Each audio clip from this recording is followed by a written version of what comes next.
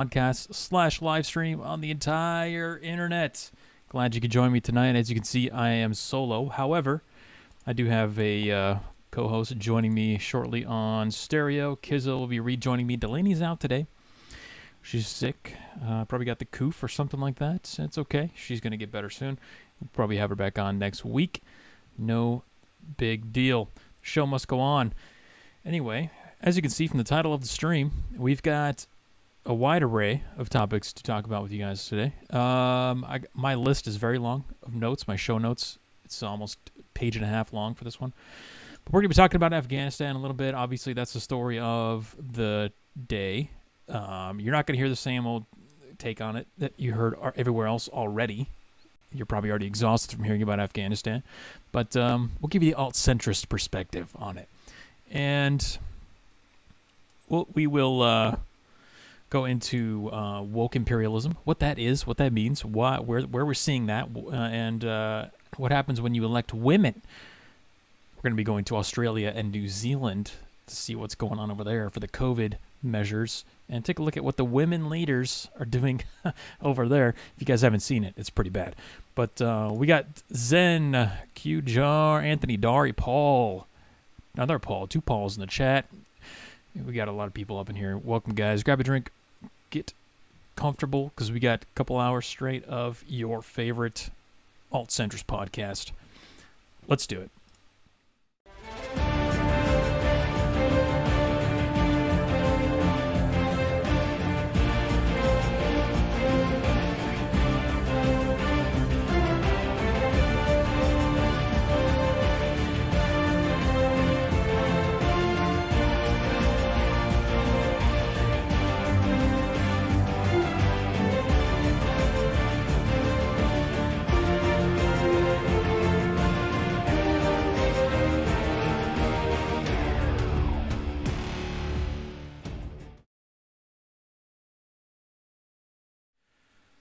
Glad to see you back here, guys. I hope I never get to hear the intro to that, but I know it gets you pumped up. I'm pumped up. I hope you're pumped up as I am. And you know what? Let's get a little more pumped because we're going to get Kizza on the stereo stream here. Hopefully you guys' technical difficulties worked out. Kizza, can you hear me? Hold on. I can hear him. I don't know if he can hear me. Are you there? Is the signal going across the ocean? Yeah, I can hear you fine now. Right. Hopefully everyone can hear me fine. Perfect. Well, you sound good to me. I got desktop audio up, and I'm sure the audience will let us know very quickly if there's any issues with the audio on that. But welcome to the stream, man. No worries. As you can see, we've got a wide array of topics to get into today. And starting with our weekly... We got to give you the weekly fire update, Dixie Fire update, because this thing is just out of control, and it's just a great, metaphor for what's happening to California and America in general. Thank you, Q'd, for letting me know the audio's tip-top. Appreciate that. So let's do that. Let's jump over to California for our Dixie Fire update, but with a twist, because not only do we have 600,000 acres burning to the Dixie Fire, but we've got crime. That's right. Somebody is setting these fires, and we arrested somebody. When I say we, I mean the police, not me. I wasn't out there. But from WND.com, criminal justice professor charged with setting massive forest fires. Good. Oh, jeez, this sounds awfully familiar. That's Where have I exactly. heard this before? Yeah, no. I was just gonna say we saw stuff like this last year, where leftists presumably were setting some of these fires in and around the Oregon area, and I don't know. Maybe this is just classified under global warming now. This is the face of global warming, as they blame these fires on global warming and call for increased regulation and spending and just really clamping down on the economy in general. We're supposed to believe it's climate change, and a little break in their narrative here, as we can see, because sometimes climate change has a name and a face, and in this particular case, his name is Gary Maynard, and he is a college professor. And we're going to get into a little bit about what he's doing over there. Gary Maynard was arrested Saturday and charged with setting multiple fires in Lassen National Forest and Shasta County Trinity National Forest. late last month. Where Maynard went, fires started. Not just once, but all over again, the government said in a court memorandum arguing for Maynard to be denied bail. He has lectured at several colleges in the state, including Sonoma State University and Santa Clara University. So he's got PhDs in, guess what? What do you guys think? Is it computer science, mathematics, logistics, or humanities, social studies? What do you think? Drum roll. As well, it's absolutely no shocker to everybody that he has a degree in political science, theater arts, and sociology. Yes. Dun, dun, dun. Yeah, what a shocker there. Quote, his teaching and research focus on the following topics: sociology of technology, media, social psychology, sociology of health, deviance and crime, sociology and of the mass media, youth and adolescence, global sociology, etc., etc. But most interestingly is how do they describe this guy? Witness said the Maynard had been there in the area of the fire since the previous day and seemed very angry after his car got stuck. At one point, Maynard pulled out a large knife, the witness said, and appeared mentally unstable. The witnesses described him as, quote, mumbling a lot and having bipolar-like behavior. And this is who's teaching your kids that you pay tens of thousands of dollars for to have this guy, a mumbling bipolar maniac who likes to start fires and wield knives. He's teaching your kids about sociology and social justice and political, science. Yeah. Maybe we should just remove those subjects from the curriculum because they have no economic contribution to the country. Just a thought. I would agree with that. The argument that I've been making this whole time, especially in relation to like debt forgiveness and stuff like that, which is a big topic over here in America, is that debt forgiveness should be based off of the economic viability of the degree. Like, yeah, let's forgive debt and offer free college to people who want to go to college for engineering and science and math. But if you're going to go to college for something that you're not going to make any return on, you're not going to contribute to the economy at all, then no, you're not viable. Not economically viable. I wanted to share one other... Oh, go ahead. No, I was just going to say, you could go back to how the system was originally, as in the people who you went to the loan for, they had to decide if you was worthy of getting the loan. Yeah. No, I would also be in favor of that, too. Let's see. There was a hilarious excerpt on the Wikipedia entry for the Dixie Fire relating to this guy. Here we go. Associated arson. On August 10th, Gary Maynard, a former university professor, was charged with starting a fire near the perimeter of the Dixie Fire. On July 20th, a U.S. Forest Service investigator had encountered him where a small fire had been set and referred to as the Cascade Fire. So we know he at least set the Cascade Fire. But... let's see, okay, so how they caught him was the most interesting part to me. On August 3rd, using a traffic stop as a subterfuge to distract Maynard, an investigator placed a magnetic tracking device on the suspect's car while he was in the vicinity of the Moon Fire, which had ignited on August 5th. This is like some crime movie stuff, putting a magnetic GPS tracker on his car. So they were able to track him because he was a suspect in starting some of these fires. He was also believed to be in the vicinity of the Sweetbriar Fire. But anyway, nobody knows what these fires are. I'm just pointing this out because of the tactics that they used. They also subpoenaed Verizon Wireless, and then Verizon gave the police his location every 15 minutes. So, moral of the story, if you want to commit crimes, don't carry around your phone with you because they can track everywhere you go at all times if you're a suspect. No, don't carry a modern phone. Go around with a Nokia 3310. A brick phone, one of those giant... Yeah, that's a good idea, too. I'm just saying, they still work.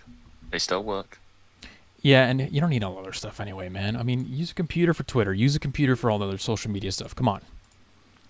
And screw Twitter. That thing can die. I can't disagree with that. Let's see. Global warming was always just some dude. I knew it, says QJar. Yeah, exactly. Well, they're not going to backtrack on any of that. They're never going to say, oh, well, turns out that wasn't global warming. It was some guy named Gary. Was that his name, Gary? May have been. Who knows? Gary Maynard. Yep, Gary. Gary, come on, man. We're living in South Park times. Yeah, well, it is. Everything is comedy out there. No, we're not quite South Park times. It'll be a lot more comical if that was the case.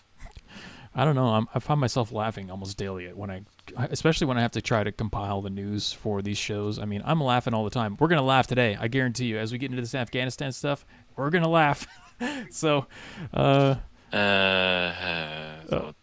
this is why boomers should. This is why millennials are somewhat right to attack boomers because they are the problem. Well, I should say certain ones are.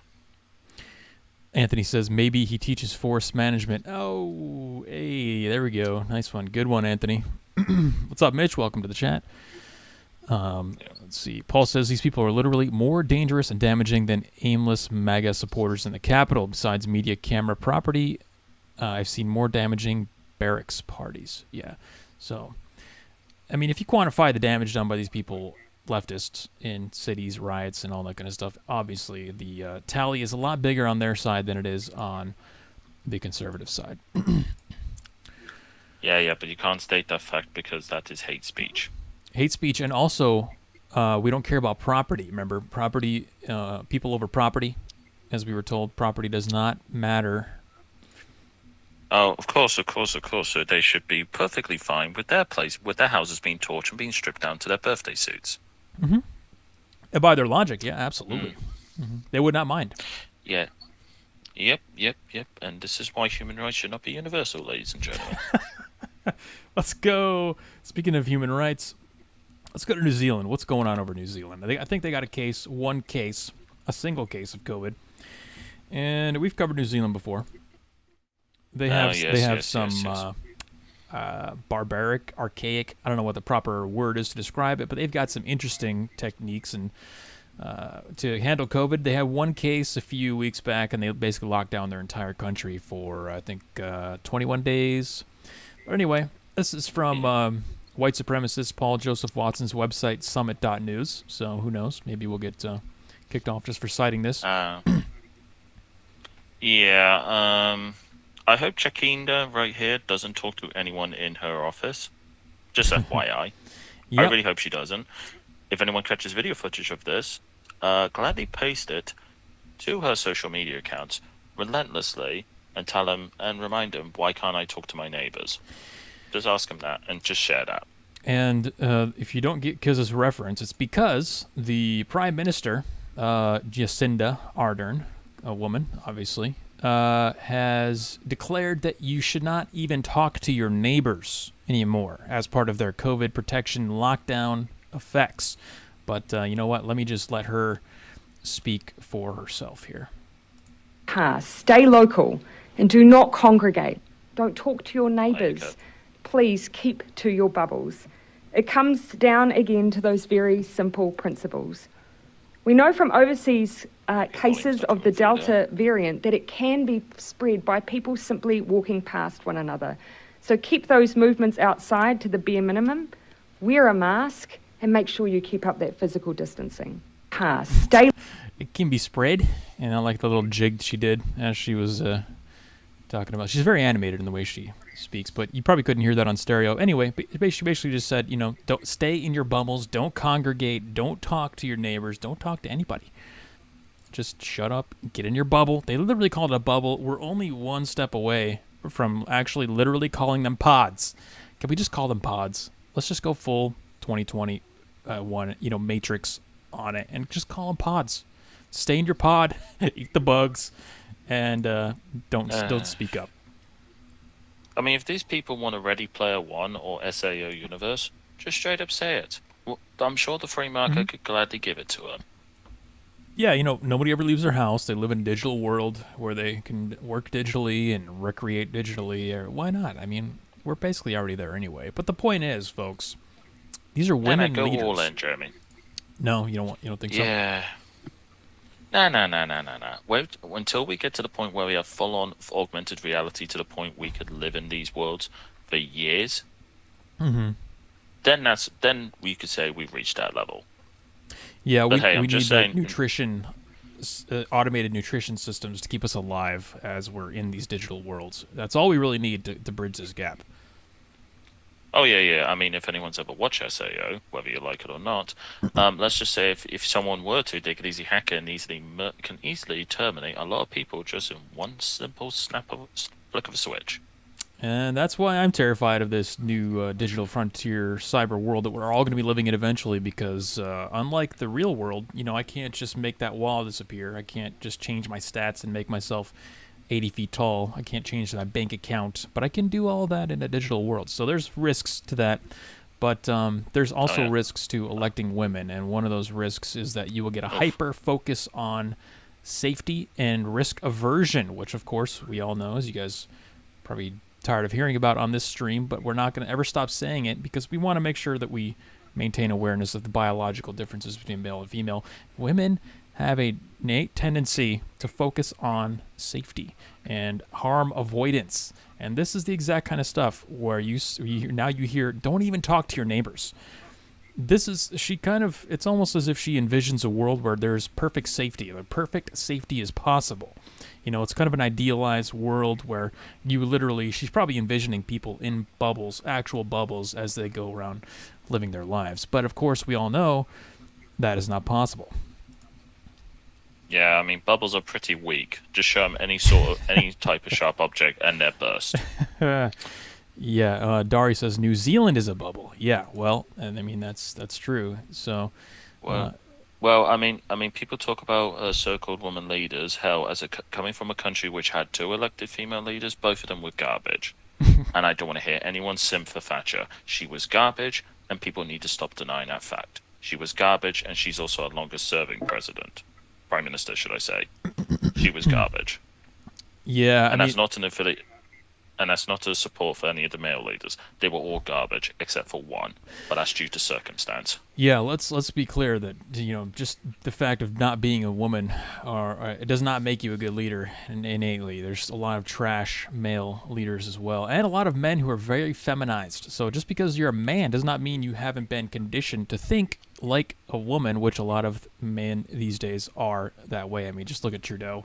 Look at Canada. Look at Biden even. They're all hyper feminized. I think Trudeau was just on TV today talking about she sessions, or like she coveries, like playing off recovery and recession to put she in the word, because you gotta appeal to the women, and make sure you're sticking your fist up for the equality. But Jeremy, that's not inclusive enough. You have to say whammicks. Whammicks, is that the new? Nah, that's apparently been the term for the past 2 years. I understand whammicks. Okay, because remember, woman and women have men and man in it. Right. And that's patriarchy. That is a problem. Yeah, I'm glad we finally addressed that. I was actually just having a conversation with a friend about this the other day. We got to get rid of the word woman because men is in there. So I'm glad we solved that critical problem in society right now. Yep. Well, I mean, not surprised at all. Let's Welcome go to Inversion, ladies and gentlemen. We got you know what? In the interest of equality, let's go to Courtney in stereo and see what she has to say here. Yes, yeah.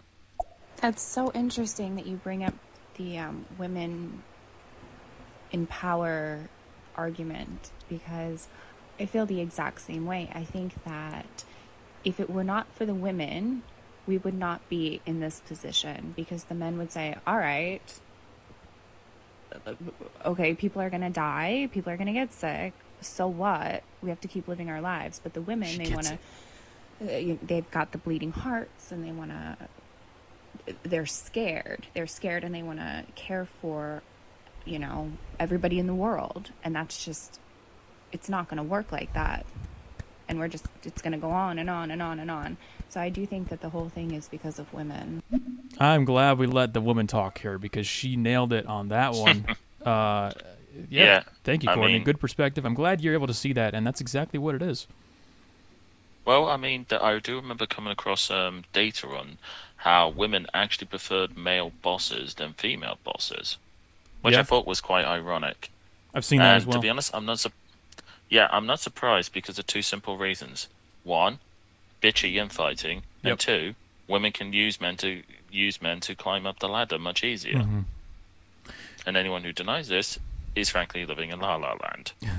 Yeah, and the nice thing about this is I like to use this frame of reference on the world because it's a lot more neutral than claiming that there's evil. I'm not just going to say, look at the evil Prime Minister of New Zealand or anything like that. No, there's no moral assignment to me saying, no moral judgment to me saying they just have a feminine mindset, and we can all acknowledge that femininity is going to, emphasize, as Courtney said, safety over others, idealism, emotion, things like that. Whereas if a man were in power, they would say, look, we're going to do a lockdown for 14 days. We're going to suffer some losses, but we cannot sacrifice the economy and the long-term posture of our country in order to sustain and try to hold up this fake idea of safety that we can never actually achieve, but it sounds good.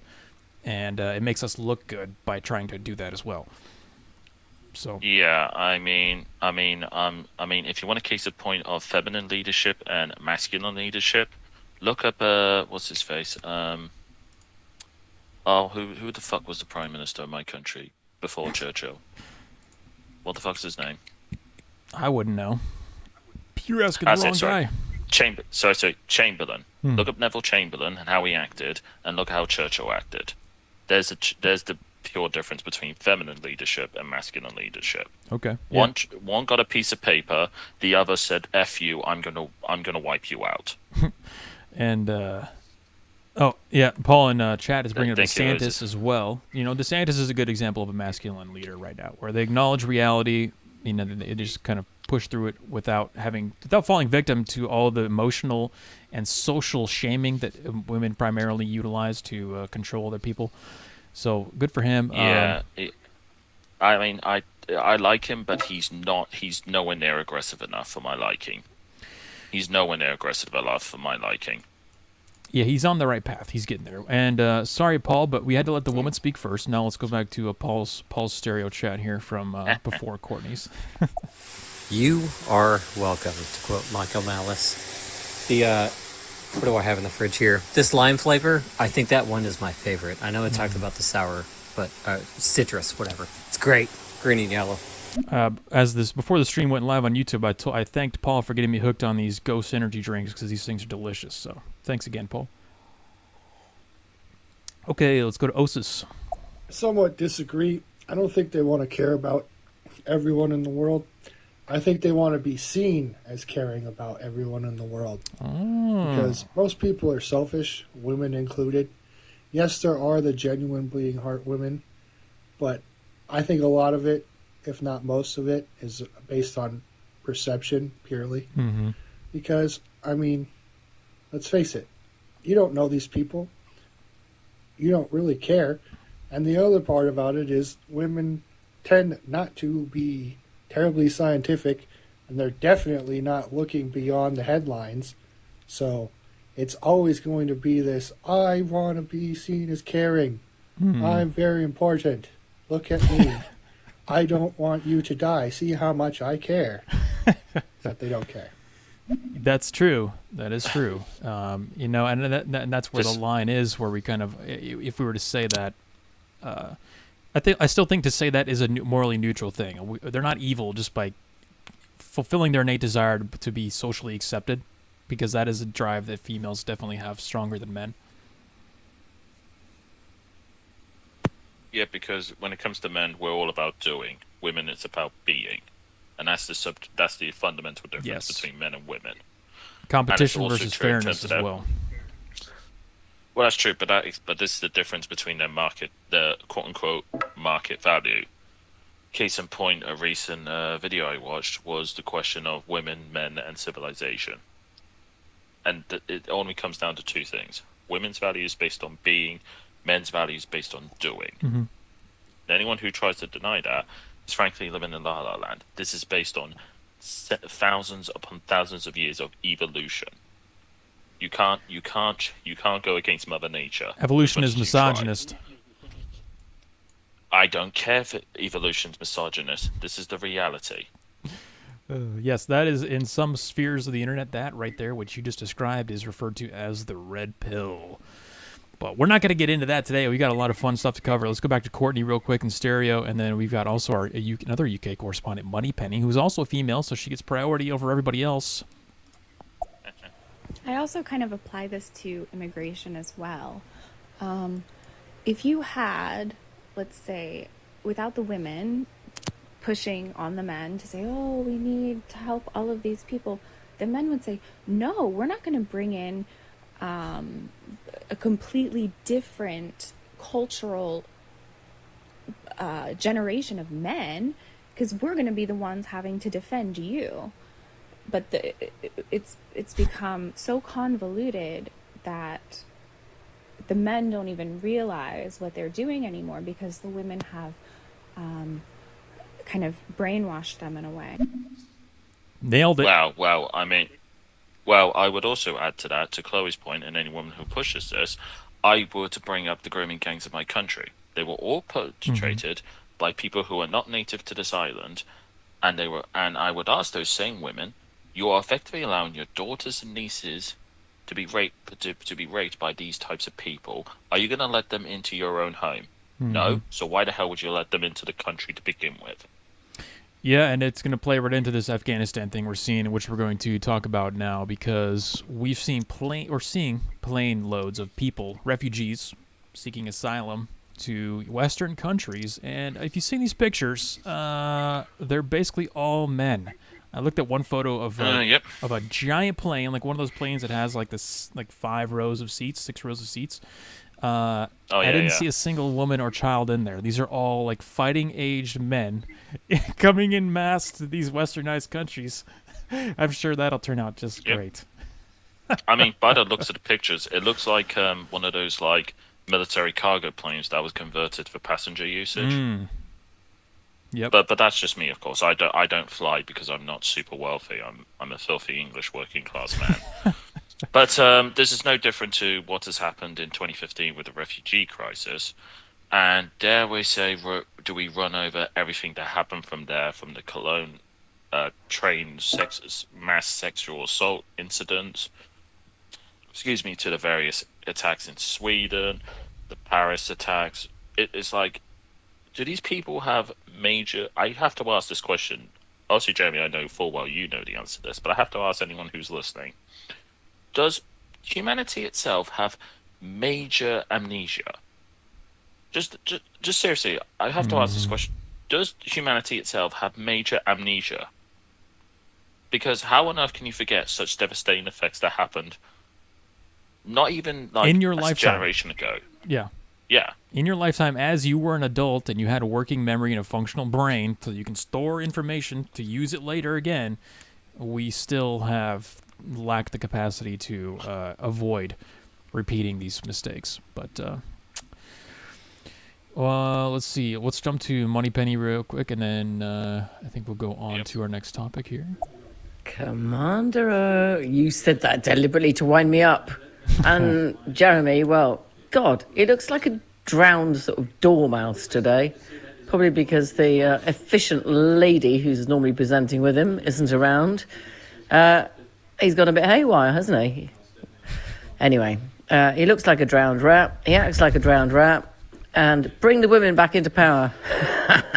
I've sent a link on the YouTube channel. Oh, boy. Okay, I'll take a look at that. I would say, Jeremy, you don't look like a germ rat at all. That is utter shocking fake news by Holly here. Fake news. That is blatant fake news. By Moneypenny, not Holly. Holly would not do that to me. Moneypenny, sorry.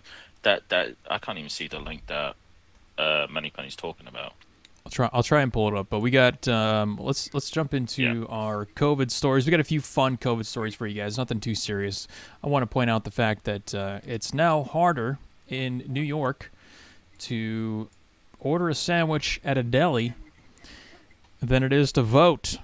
And that's because the new COVID mandates are now in effect in New York City, and you need not only a vaccination, proof of vaccination, but you need an ID card. That's right, an ID card to enter restaurants, bars, and venues, which, as we know, is more than is required to vote in a national election for leaders of our country.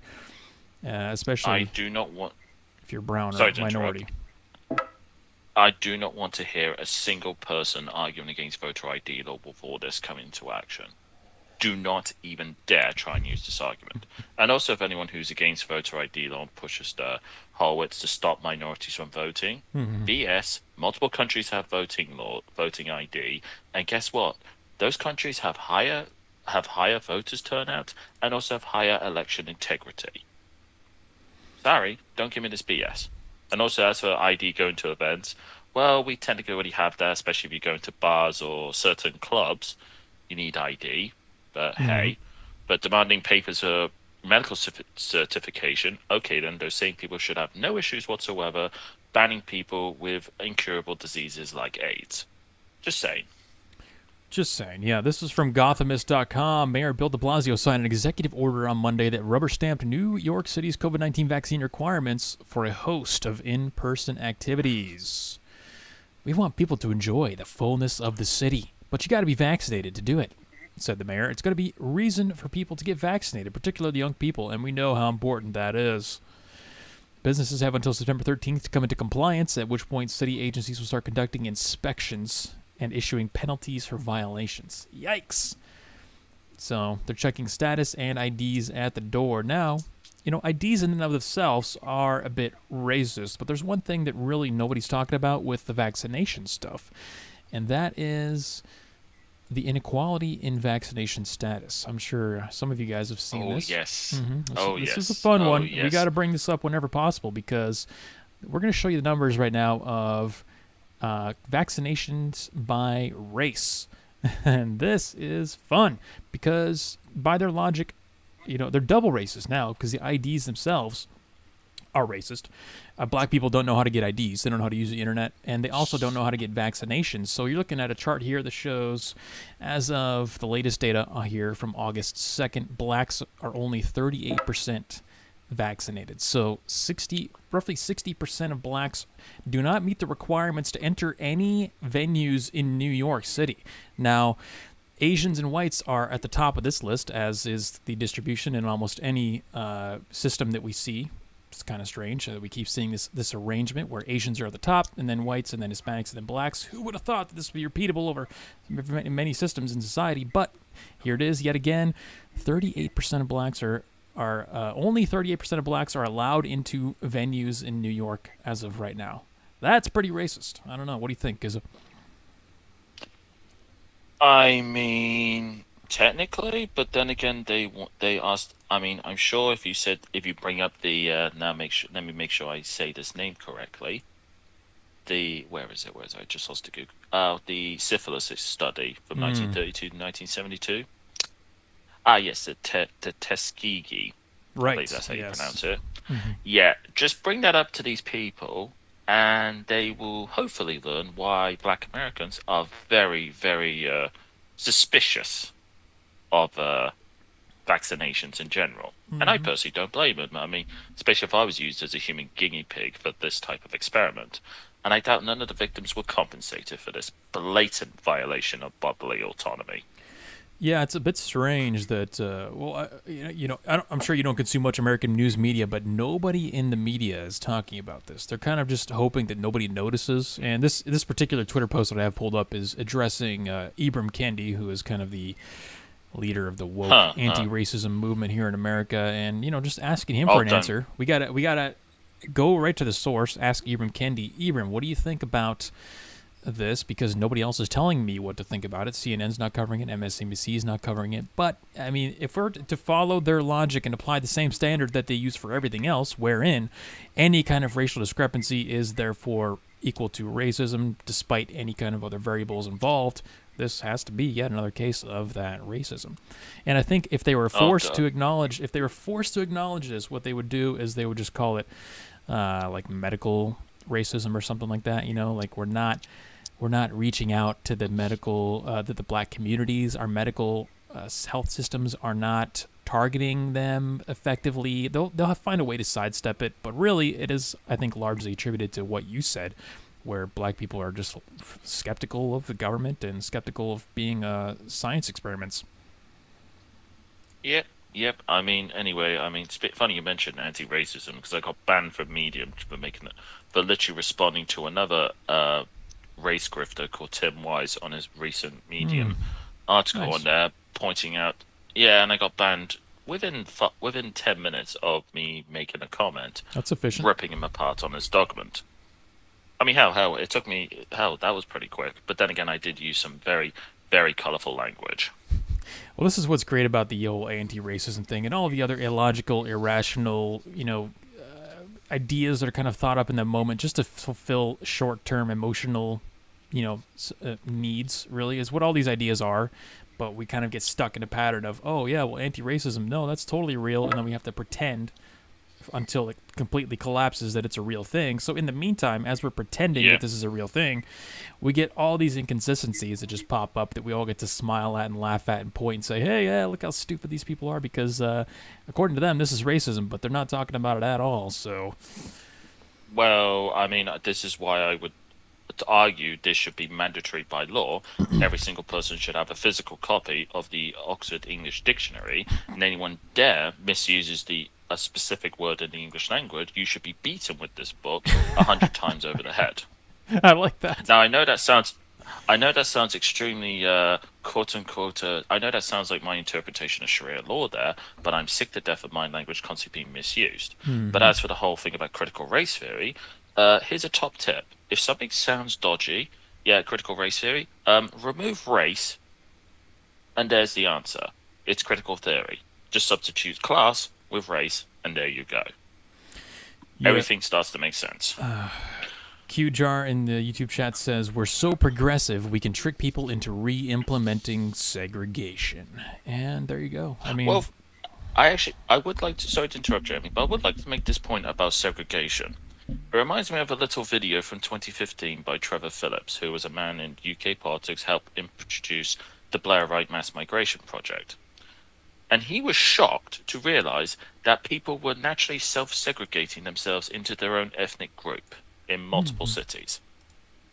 And he, ironically enough, made a speech saying, we are sleepwalking into segregation.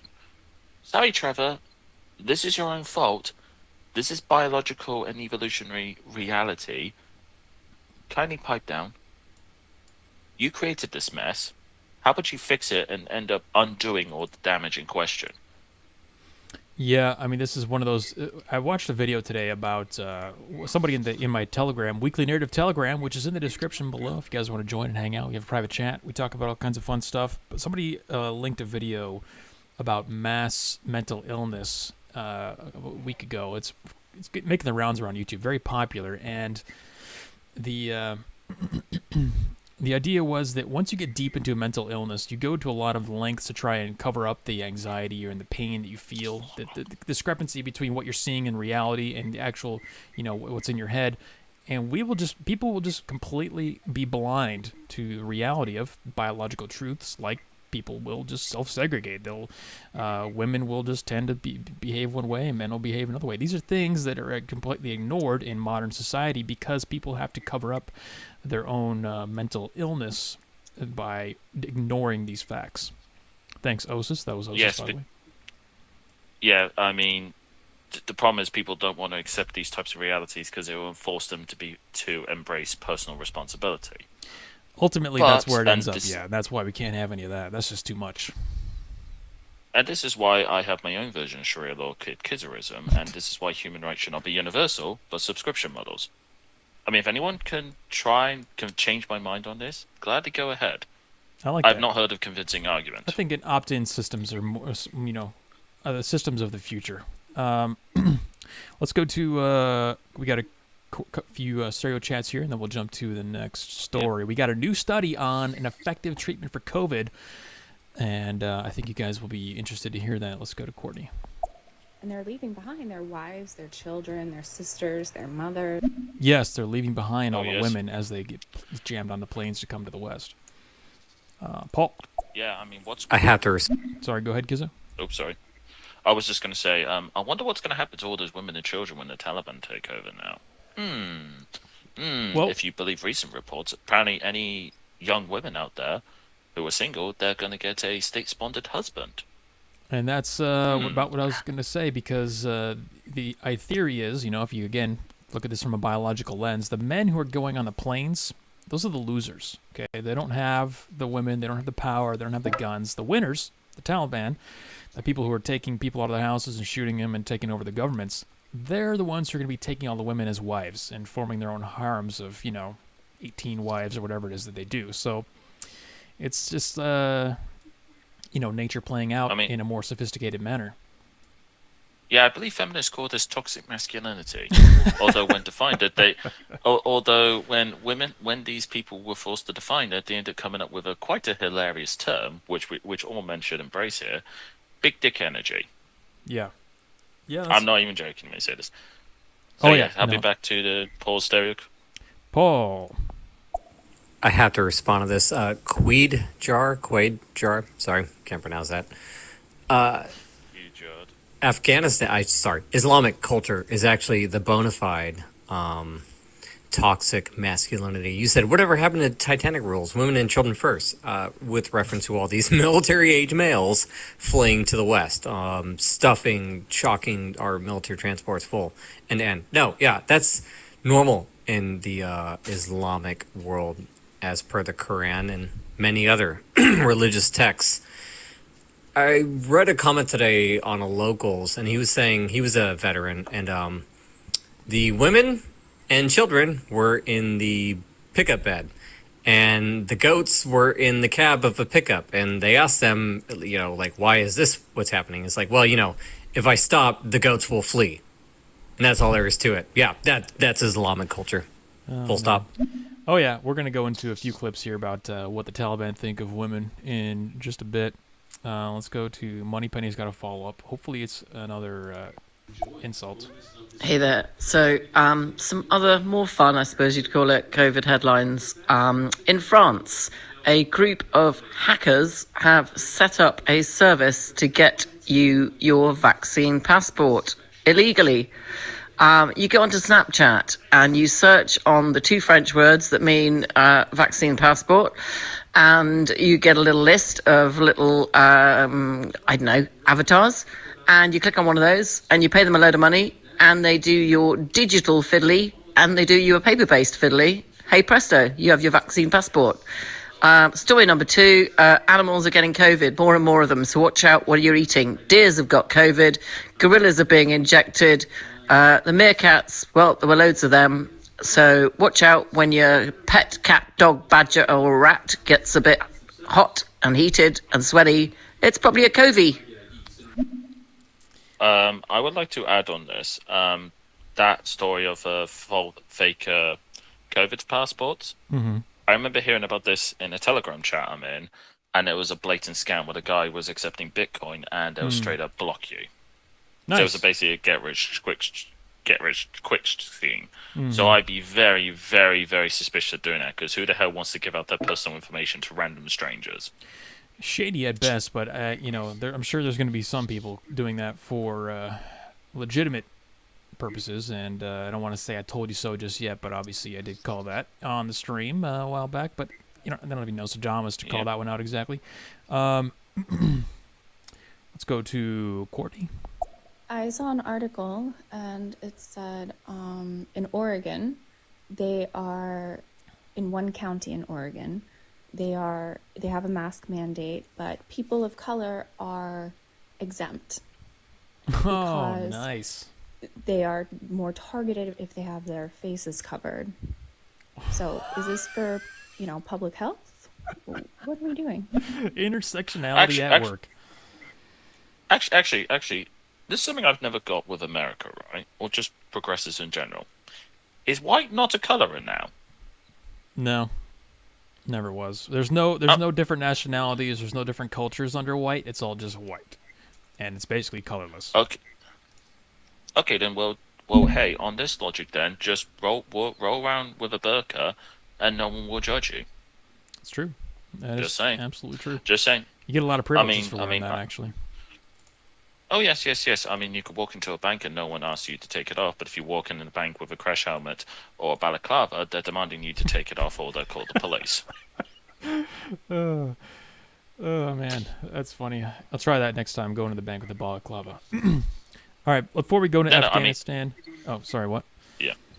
No, I'm just going to say, because there was this argument in my country about 4 or 5 years ago about this, and I'm just like, well, what's ultimately the difference in practical aspects? You're basically obscuring your face, and the rule is, well, this was the case in England, I'm not sure about the United States, that those who don't show their face have something to hide or of great suspicion.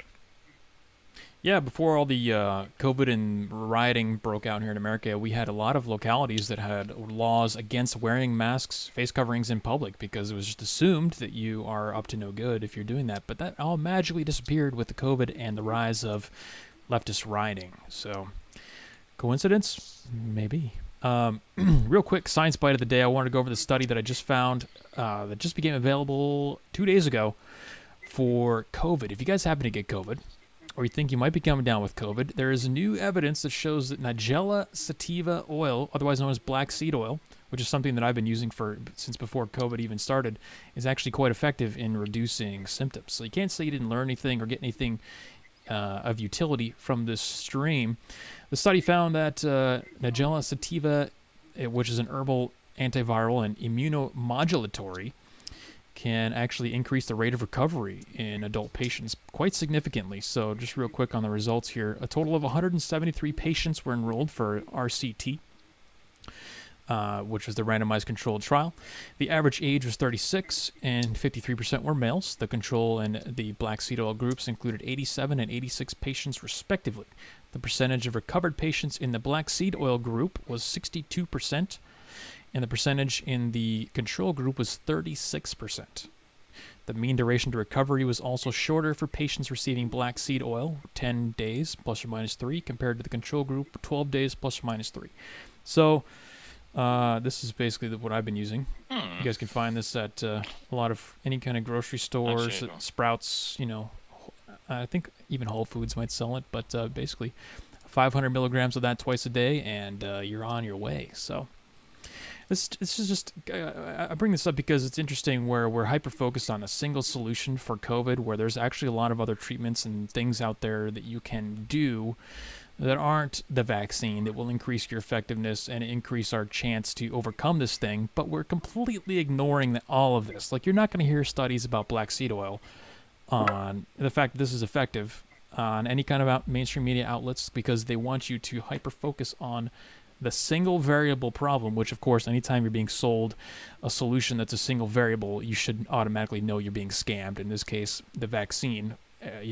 Just take the vaccine and society will get back to normal. Obviously, we know that's all a scam, but we will always keep an eye on alternatives and efficacious treatments outside of that and let you guys know. So that is your science bite of the day. I would ask, black seed oil, that sounds very familiar. I swear, unless I'm grossly mistaken here, that stuff was also used to protect the centers of propeller planes back in World War II. I don't doubt doubt them it. In America. This stuff is, if you look at literature, this is all over history books and literature, and different cultures dating back way through the ages have always referred to Nigella sativa oil or black seed oil as like a cure-all, like a magical herbal or oil that can do anything. It's got a lot of uses, and obviously, as I mentioned, I was taking it before COVID even came out because of its health benefits. And it just turns out that now, hey, surprise, it's also good for COVID, added to the list of 1,000 other things that it does. So, we don't want any unhealthy people on this stream. So we'll always keep an eye out and get you some tips. Yeah, apparently I'm just reading an article. Apparently it was used as far back as the Great Pharaohs. Yep. That should tell you everything. Everything you need to know also, right there. Also, random fact, Tutankhamun was 100% Western European. So anyone who gives you the We Was Kings BS... I will link you the Reuters article which found that out. It's actually fascinating. I've heard that, and I'm not sure. He was either black or he was 100% white. I don't know. No, 100% Western European. They checked this with genetic research. I'll have to look into that. All right, let's go to. We got a few stereo chats here. Yeah, send me a link to that in the Telegram. I want to take a look someday, and then we'll go to Afghanistan. I wouldn't worry about them leaving behind their women and children. They're really going to be mourning the fact they're leaving behind their goats. That's what they really like. Humans are boring. Goats are where it's at. You're probably not wrong. And Yeah, and also as a fun fact, Jeremy, so send you the link. I, as an Englishman, share 70% of my DNA with Tutankhamun. Nice. I probably do as well because I am 100% European. Some of that is from the British Isles. Yeah. So yeah, anyone who puts the idea of we was kings and brings up the pyramids, just send them this article. And this is quite an old article. This is from 2011. By the way, when Kiz is referring to the we was kings, it's kind of a joke in reference to black supremacists who claim that every significant historical figure is black. Jesus was black. Pharaohs were black. Alexander the Great was black. Like, everybody was black according to them. So that's what we're talking about when we say we was kangs. I mean, I also know, thanks to circles I'm in, that sub-Saharan Africans have 19% DNA, which we as white Europeans do not have. Well, we can't talk about DNA and all that kind of sciencey stuff because that's totally racist now too. I don't know if that's acceptable anymore. Yeah, except when it comes to medical except when it comes to medicine, when it comes to giving treatments to different ethnic groups, certain stuff don't work. Mm-hmm. But there's that medical racism, though. Yeah. Medical racism, or is this biological denial, or as I like to refer it, biological denialism? Actually, funny, which has become mainstream. Funny you mentioned that because I found a new gold mine of content on YouTube from BuzzFeed, I think it is, or Vox, actually. And we went over a video last week about what they were talking about childbirth and all the propaganda around that. But I found another one about quote-unquote medical racism, which I think we'll probably go over next week. But I wanted to test my internet this time, make sure we were solid before I try to do any kind of video streaming. Let's see. What's up, Jason? Welcome to the chat, man. Welcome. Moneypenny in the YouTube chat says, talking of colors, growing concern that the Simpsons are predicting the future. Worth pointing out that the majority are yellow-skinned, few black, but no white people. Yes. Which I responded with. So the world is Simpsons, everyone is Chinese then. Eventually, I mean, they have the highest IQ, so it plays out that they're going to take over the world eventually. Let's go to. They may have the high IQ, but they're not good at innovation. True. Well, the Japanese for that. The Japanese will innovate and the Chinese will produce. They have a little bit more innovation, but that's because they had to learn from us. Good point. Let's go Paul, Stereo. Very serious question here. So, will sex dolls get COVID? Just asking for a friend. Probably. Well, I mean, Japan is fucked. Japan is fucked if that's the case. But then again, they have very low numbers, as I said last time I was on your show. Yeah, they have less COVID deaths than New York does. Let's go Osis and then sorry. Osis and then I don't Afghanistan. want to get stuck. If this wants to play. Sorry, go. No. I just wanted to make a joke how Cuomo did more than what the Taliban ever did in New York. I don't want to get stuck on COVID or anything, but Moneypenny brought this up. Since animals can get COVID, that means for the vaccines to work, all the animals in the whole world have to get COVID vaccines too, because they are a carrier. Reservoirs. And they'll cause mutations or whatever else too. I think Bill's even talked about this on some of his streams. I don't get to watch them as much as I should. But, yeah, COVID's endemic. Deal with it. Shut up. Mm-hmm. Animal reservoirs, yeah, that's what they're talking about. It's a driver of mutations, and one of the reasons why it's going to be just an endemic year-round thing. Yeah. I mean, dare I say, we wouldn't be in this mess if we enforced, I don't know, border control. Just a thought, ladies and gentlemen. Just a thought. Travel restrictions, maybe things like that. Well, I mean, I don't care what anyone says. If a virus is there to affect people, the most effective way of you not getting it is to restrict any form of international travel. I mean, how does a virus from one country get to your country if you remove every means of it getting to you? I would agree 100%. Unless they come in a shipping container somewhere, then you should be pretty solid.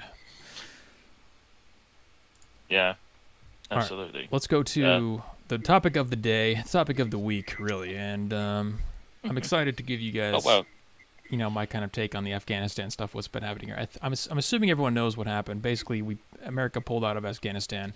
Afghanistan is finally free from the rule of leaders who impose face coverings and encourage genital mutilation of children and topple over statues. Yes. Wait a second. Yes. Did I read my notes right here? Toppling statues, imposing face coverings, and genital mutilation of children. Yeah. Oh, yep. That's everything that America does. You tricked you. You thought I was talking about some religious cult in Afghanistan, huh? No, I'm talking about America. Well, funny you mention that, Jeremy. I just sent you a meme referencing this subject. Oh, perfect. This shows how much Chad the Taliban is compared to those of January 6th. Yeah, it's being compared a lot, and now, we've seen a real insurrection in Afghanistan, and it's kind of, I think everyone realizes what a joke January 6th was compared to that. But let's look at, luckily the Taliban was doing an actual press conference, unlike Joe Biden. They actually took questions in response to the events, and they were... Oh, I love that video. They were... I literally saw it like an hour ago. They were offering some answers to questions that kind of lets us know that they're a little more educated, a little more on the ball with current topics than we think that they are. So these aren't the same backwards, Stone Age people. Remember, Twitter lets Taliban freely roam and survive on Twitter. They have social media accounts. ISIS was using social media and the internet and technology to actively recruit and spread their message. These aren't like backwards, they don't know what the internet is, people. This is a whole new Taliban. And this is the answer that they gave when they were asked about, how's education going to be in Afghanistan now? Are you going to allow free speech? Things like that. So here we go. دا سوال خو باید د فیسبوک له ادارې سره وي د بیان د ازادۍ دعوت دوی کوي او دلته خلک د بیان د ازادۍ. This question should be asked to those people who are claiming to be promoters of freedom of speech, who do not allow publication of all information. I can ask Facebook company. Yeah, I did see that before we went live on Rumble, and I did laugh at that, especially when I think Jeremy, I do remember also, I believe Bill showed us off on his Ends Justify the Memes. I think it was his last one or the one before that, of a Chinese guy actively mocking America, effectively saying that you're all serfs to those who shall not be named when it comes to the subject of freedom of speech. And this is why we need Kizzerism. Those who support freedom of speech can say whatever they like. Those not in favor, your mouth is sewn shut and all access to telecommunications are terminated. So they asked the Taliban about freedom of speech, and the Taliban responded, why don't you go ask America about freedom of speech? Why don't you go ask American companies about freedom of speech? I think you should ask Facebook about sharing information freely, which is, some people say, oh, it's whataboutism, but is it really whataboutism to point out the absolute hypocrisy of these people who claim to care about freedom of speech, but really they don't care at all. And we claim to come from a spot of moral superiority to the Taliban, but he's pointing out that, hey, maybe you're not as morally superior as you think you are. So I thought that was hilarious. And this is why I like people. This is why I like nasty honesty, because they are very honest and upfront about what they are. They don't deflect. They don't propagate. Yeah, they're very honest. No, I love that too, and we're going to get to another clip of what they think. They were asked directly about because the woke left media is really concerned about making sure that this new Afghanistan, under the leadership of the Taliban, comes into power with gender equality in mind, and we want to make sure that women have effective roles in the government, and they're not silenced, and you follow human rights and things like that. So this is what a reporter asked the Taliban about how women can serve in government, and this was their response here. So would you believe in the democratic vote, though? So would people be allowed to vote in women politicians? I think we should all be very grateful for the CIA. Let me replay this. She asks, "Are women going to have a role in government here?" And they just started laughing, and they tell her to stop filming. Let's do a replay on this. So would you believe in the democratic vote, though? So would people be allowed to vote in women politicians?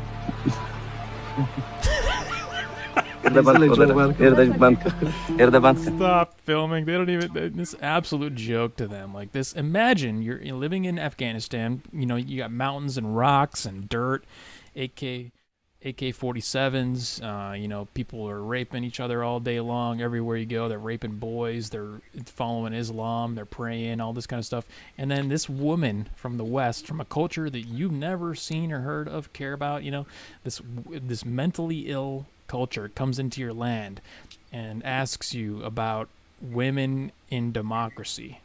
Of course, you're gonna laugh right in her face. That's the exact proper response, because this is a totally alien thing for them, and this is my take on the whole Afghanistan situation. Is that this whole experiment about, you know, trying to implement woke ideas and implementing college programs in Afghanistan for gender equality, trying to you know, impose our ideals on them, and hoping that they're going to actually take and establish and flourish into a westernized society, is an absolute failure. And I am celebrating that. I'm celebrating the fact that these people, their culture, was preserved from the perils of woke imperialism, which seeked to impose its will upon this completely, you know, innocent culture that there's trying to exist on their own, following their own religions and their own societal norms. And then here comes America saying, hey, you should let your kids chop off their nuts if they want to, and if little Abdul thinks he's a girl, you got to encourage that and clap and celebrate. They weren't buying it. They're not buying it, and they totally, completely rejected everything about America, like a healthy immune system does, and hence we are now completely gone.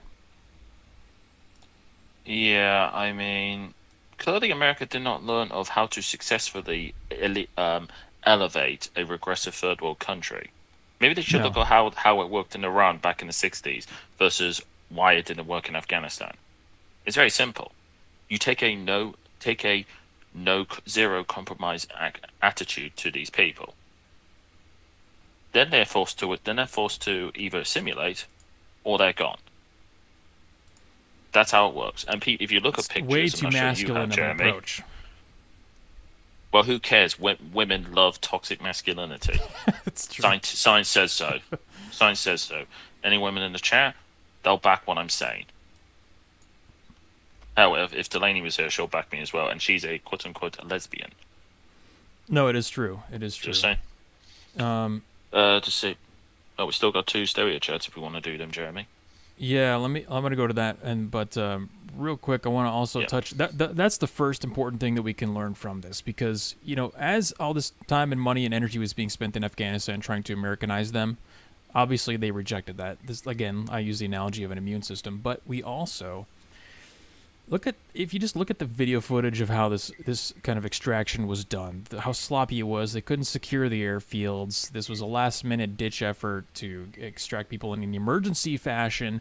The intelligence agencies were telling us just last month, in July, I think it was, that their estimations was that despite the Taliban growing in strength, they didn't anticipate them taking Kabul for at least another year.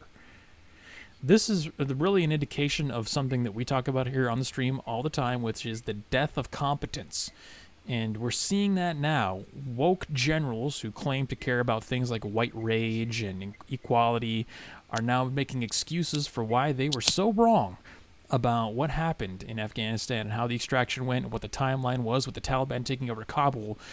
You're witnessing the death of competence live before your eyes. I think it's glorious because, you know, we're seeing, you look at a C-130 or whatever that giant plane was that costs millions and millions and millions of dollars, and you assume that there's competent entities behind that, piloting it, directing it, telling it where to go, when to take off, things like that. And that is all really largely just an illusion. That's how I see it now. The American competency, American excellence.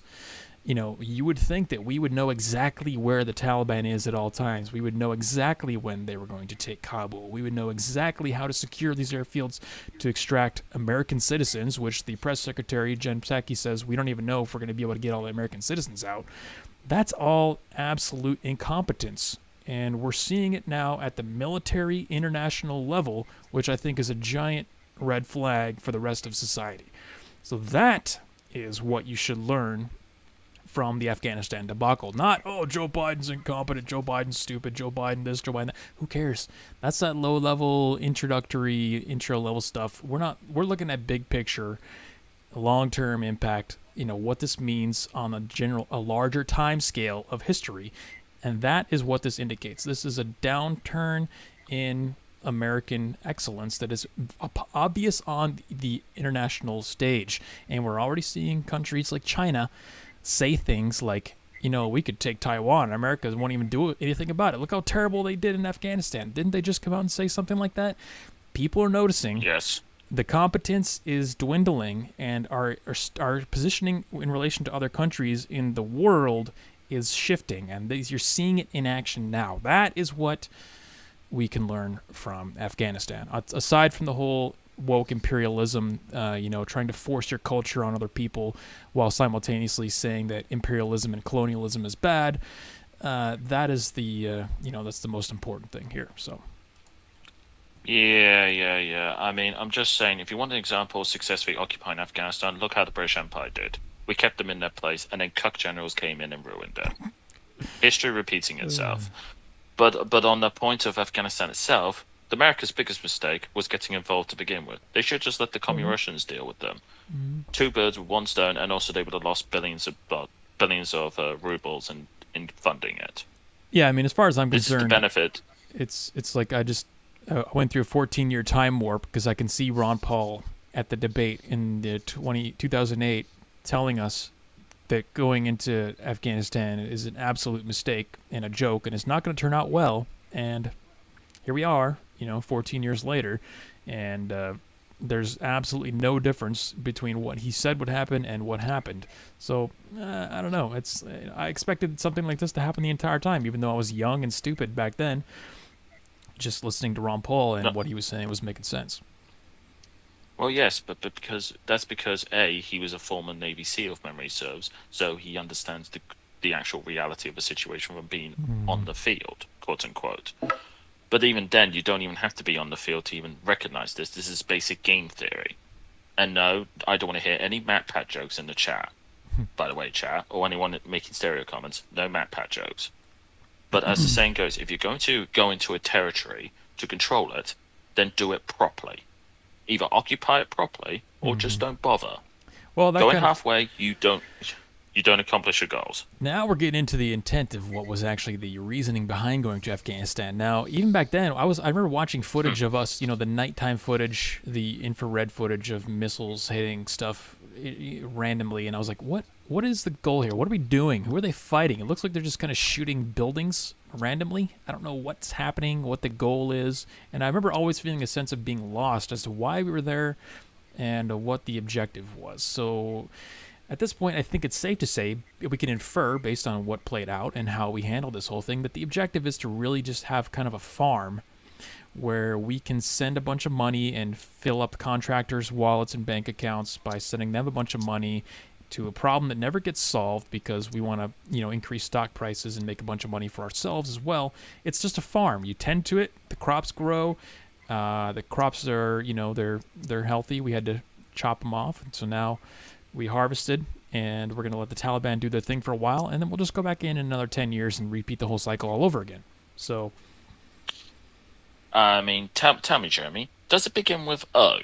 The reason why America was in Afghanistan. Does it begin with an O, ends in an M, and it's 5 letters long? Potentially has something very directly to do with that, yes. Well, I don't know. See, I don't even know if it has to do with extraction of resources, because we didn't take any oil from Iran or Iraq when we went there to get Saddam out. It's almost as if we're literally just creating a black hole to throw money into for the military-industrial complex. Well, on that point, though, I do know, and I remember this from geography class 15, 16 years ago, Afghanistan was responsible for around 90% of heroin production. Mm-hmm. Now, I don't know. Yeah, I mean, if you're a filthy capitalist, that's a giant monopoly that needs some decentralization there. We've got a massive opioid problem here in America that we need to maintain. Okay, so we got to secure that those opiates. Yeah. Cheers, CIA. Thanks a lot for that. Although me personally, with a little bit of Kizarism, I do my own version of the Opium Wars 2.0 against China, but it won't be with opium, it'll be with super skunk. Well, there's new resources that we might be going to war over, and we're going to be talking about that right after these stereo messages. First, let's go to YouTube, see what's going on over there in the chat here. Synthtrax says, I disagree with giving an option of assimilation or use force against somewhere like Afghanistan or a lot of countries. I think it's better just to crush and take, unfortunately, if it has to be done. Yeah. No, that's really it. It's if you got to establish an objective, get in and out as quickly and as efficiently as possible. But again, these aren't military operations. These are resource, pits, money pits to, again, at least we have to assume that's the case because, American military, we had the ability to just wipe the whole thing out if we wanted to. And we chose not to. So, CDC said Taliban taking over President Palace was not a super spreader event.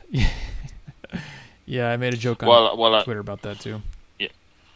Yeah, also, I would say to the chat, I do apologize for mistaking Ron Paul being Navy SEAL. I thought he was in the military, but it turns out, thanks to JC Steck, he was apparently a doctor in the military. So I apologize for the fake news. There Apologies. you go. Live corrections. Because unlike the mainstream media, we accept that we are wrong. That's right. That's why chat's here, because you guys can fact check us. Exactly. And, as for those areas in question, I did hear a couple of years ago that apparently in Iraq they discovered a huge amount of lithium reserves. Mm-hmm. Yep, that's going to be where we're going with a lot of this stuff is technology resources, stuff to make batteries, stuff to make chips and whatnot. But we're going to get into that right after. Let's go to Courtney in stereo. Hi, I'm just trying to find your Telegram channel. I looked up Weekly Narrative, and I can't seem to find it. Could you guide me, please? Absolutely. Courtney, if you go to youtube.com/weeklynarrative, you'll see a live stream happening right now, or any previous live streams, and the link to the Telegram is in the description of those videos. That's youtube.com/weeklynarrative, all one word. Hope to see you there. Moneypenny. So, Afghanistan, don't shoot the messenger, but this is what is going on.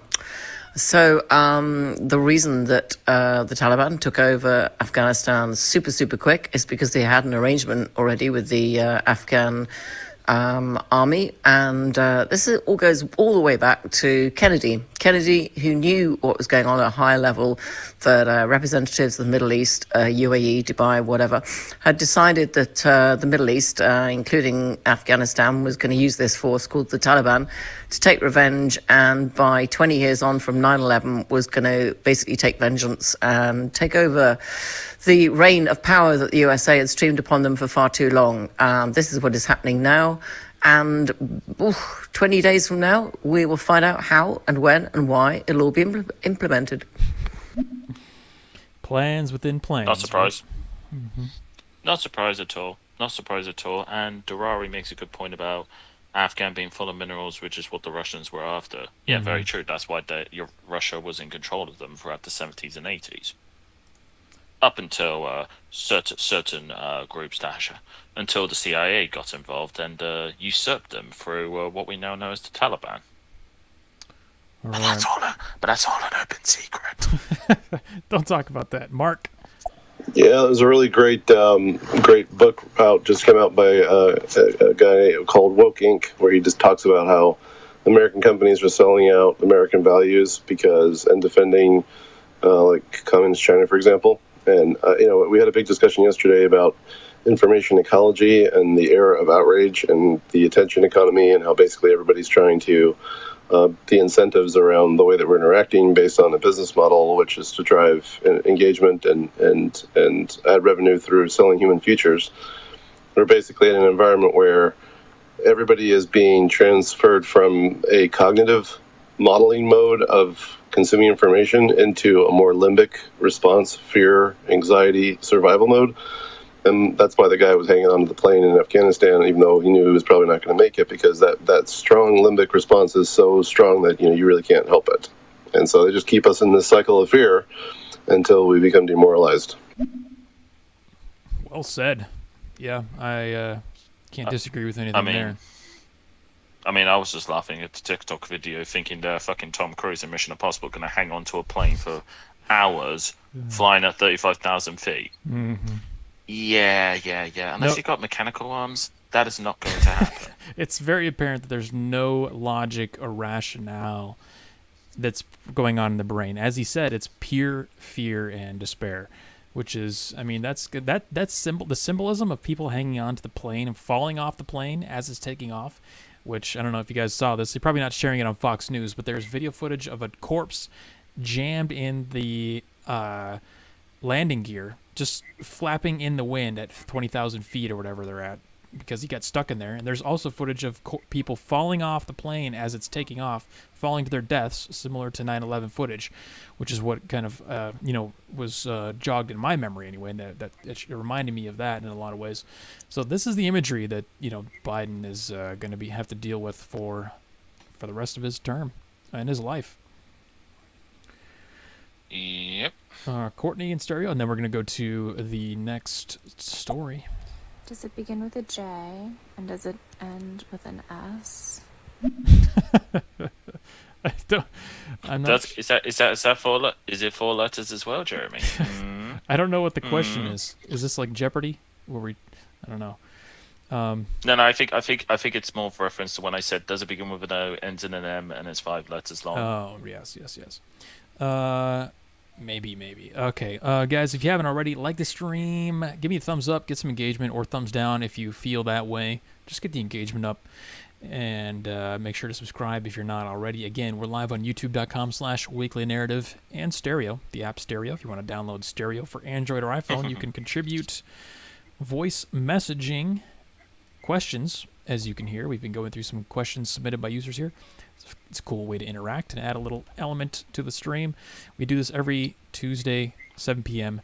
PST. With that said, we're talking a lot about minerals and extracting and, trying to figure out what the incentives are for military occupations of the Middle East.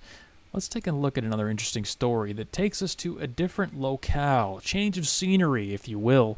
We're going to go from the Middle East to Africa.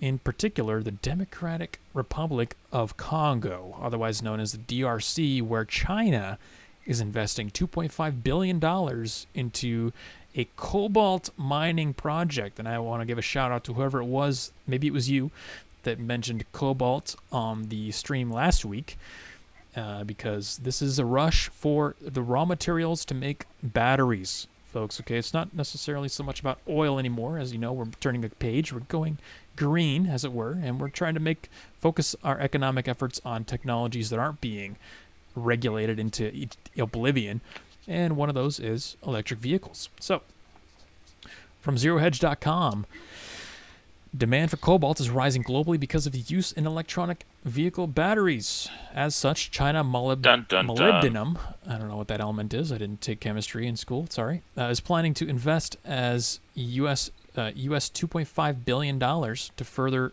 augment output from its Tenke Fugurume mine in the Democratic Republic of Congo. Ah, yes, I know of this mine. This particular place in question got Elon Musk into a lot of hot water in recent times. Did it? So much so that Tesla, yes, because there was talk about this regarding the future of Tesla and them trying to drastically increase their production levels, and they end up getting into a lot of crap because of investigations whether they were using child labor. So much so that basically Tesla pulled out completely and tried to increase operations in, I believe it was places like Bolivia and Australia. With the next gen Teslas not using any form of cobalt in their batteries. Although from what I've been reading for batteries, cobalt is necessarily a major ingredient you want to use. You want to use basically anything you basically want to use a high density of lithium, or any other material that's equal or better compared to lithium. So the company expects to complete the project and put it in production by 2023. Now you may be wondering why I bring up this particular story about the Congo. Well, we're talking about forever wars and extracting resources, and I wanted to bring up what may or may not be a coincidence, because the next story is from news.antiwar.com. U.S. Special Forces are deploying to the Congo. Out of Afghanistan, into the Congo. Now, we're apparently helping the Democratic Republic of Congo fight the Allied Democratic Forces there. But, I don't know, who knows what this scale or the scope of this operation is going to end up being, or whether it has to do anything with the presence of China and the valuable electric battery, resources there in the country. Just trying to figure out if there's any coincidence here. That's all. Or is it just correlation? Now, yes, it could be correlation. Now, I want to point out that the argument for sending U.S. Special Forces here is to fight terrorism. Again, this is a counter-terrorism team that they're supplementing here, which is awfully identical to the similar reasons we sent people into Afghanistan, of course, in the name of terrorism. Yes, one of my favorite words of the English language that is so misused. But thankfully, we are all intelligent here, and we actually know what a terrorist actually is. Well, terrorism is largely being used against our own people now. I don't know if you follow this stream, so you know what I talk about when I refer to the 9/11 playbook, right?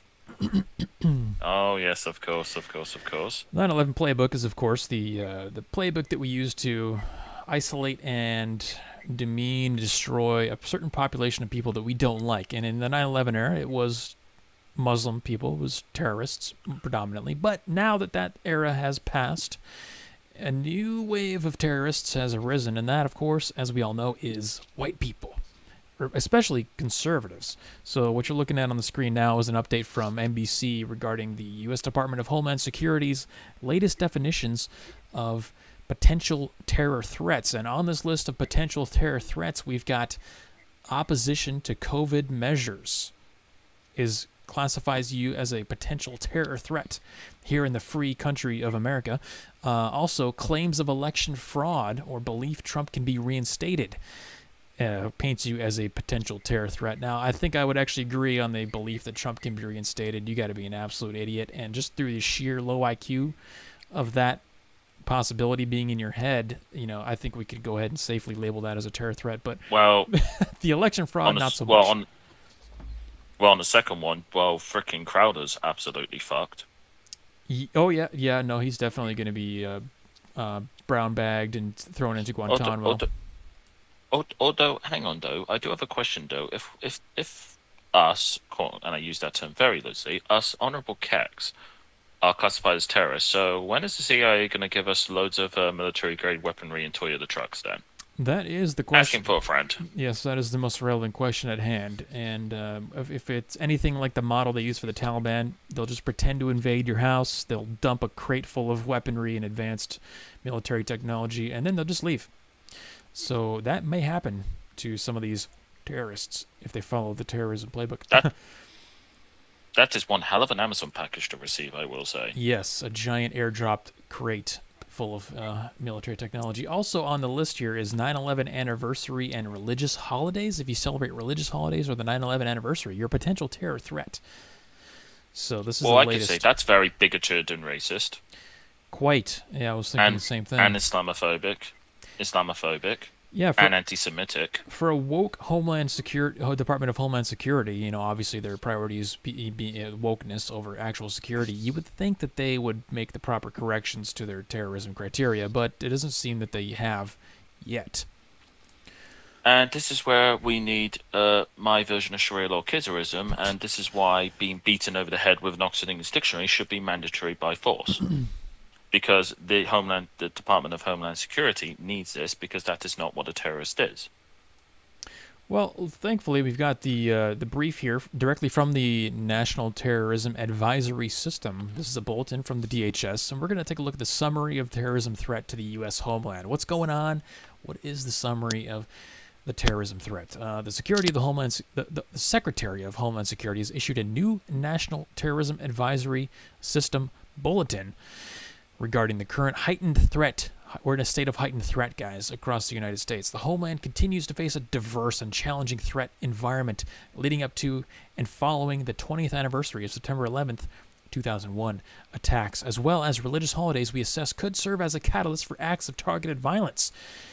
These threats include those posed by domestic terrorists, individuals, and groups engaged in grievance-based violence, and those inspired or motivated by foreign terrorists or other malign foreign influences.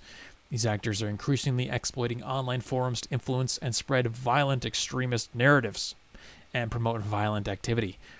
Such threats are also exacerbated by impacts of the ongoing global pandemic, including grievances over public health safety measures and perceived government restrictions. That's correct, folks. If you have any grievances with the public health restrictions and safety measures put in place, the restriction of your freedom, the racism, blatant racism of the New York vaccine passports, for example, if you complain about that, then you are a terrorist. And especially if you complain about it in an online forum, you are now a target to be monitored by the Department of Homeland Security and the according national security agencies. Totally normal, I think, for America. Targeting its own people. Some additional details here.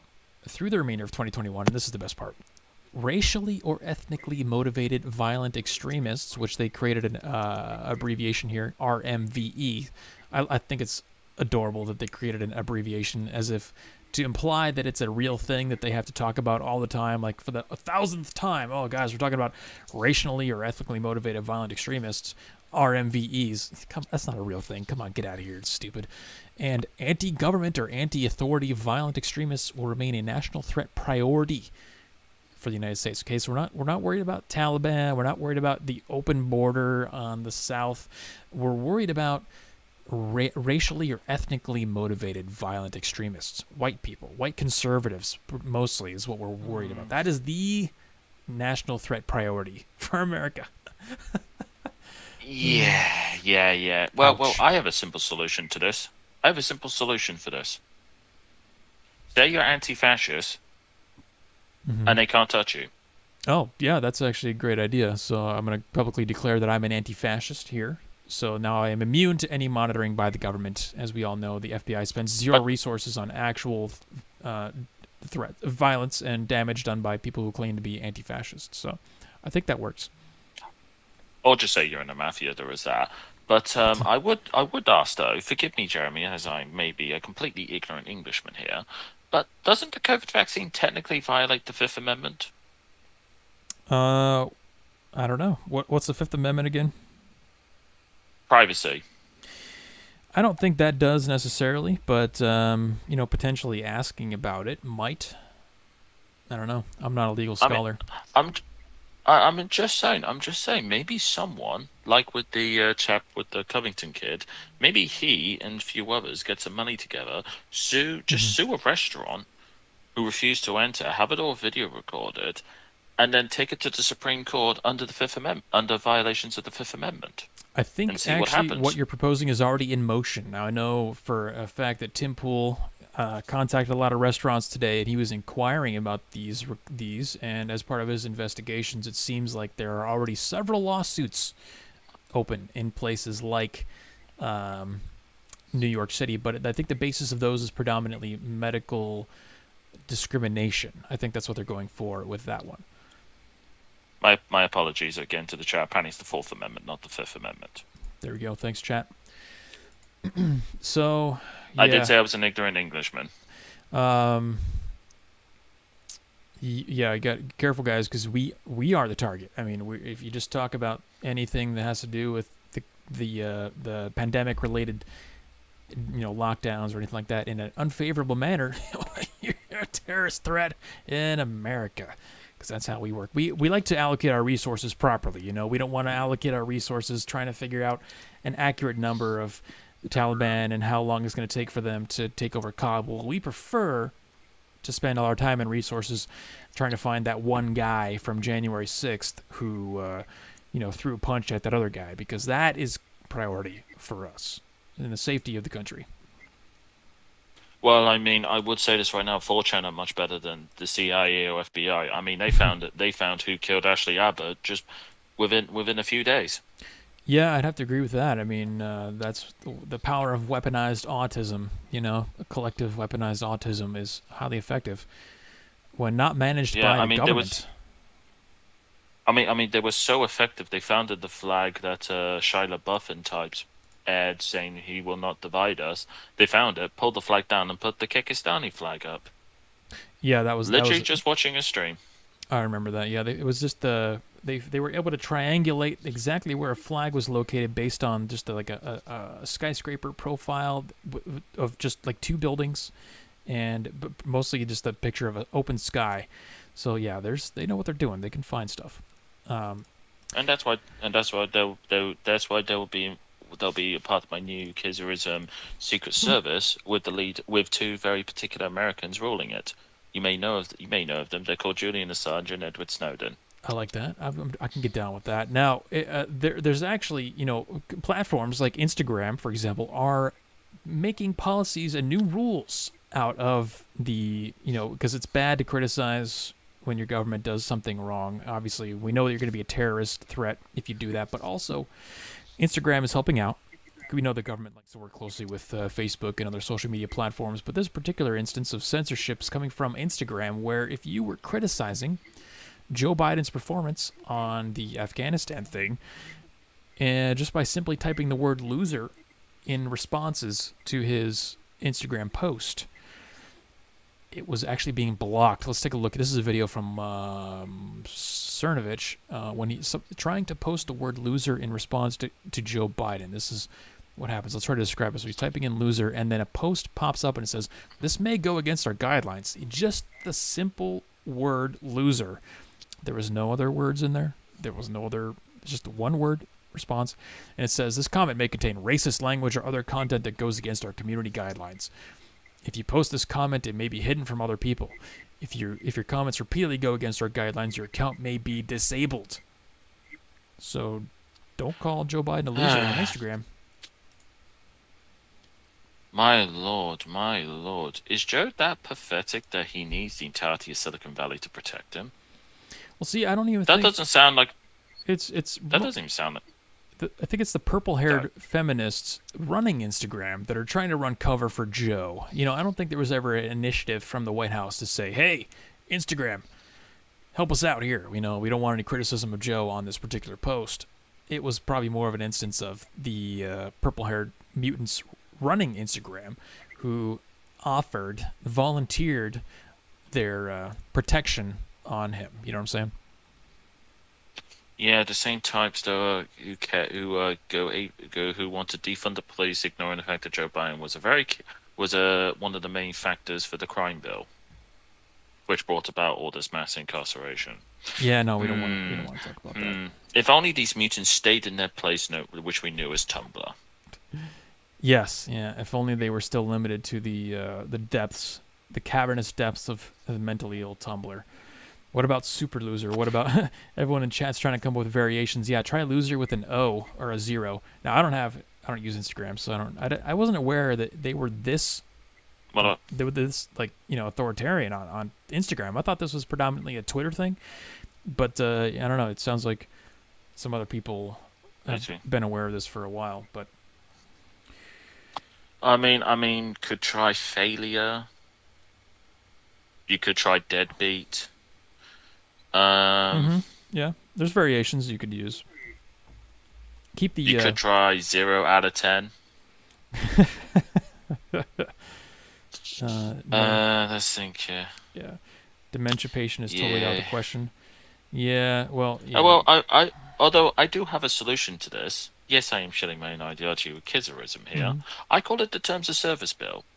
Basically, all these tech companies are forced to live up to these terms of service up until its logical conclusion, to the point that either they are so censored that you can't say anything, or they become absolute freedom of speech bloodbaths. No option. Yeah, I think that'd be a good start. Maybe limit the terms of service to a single page that can be, Or better yet,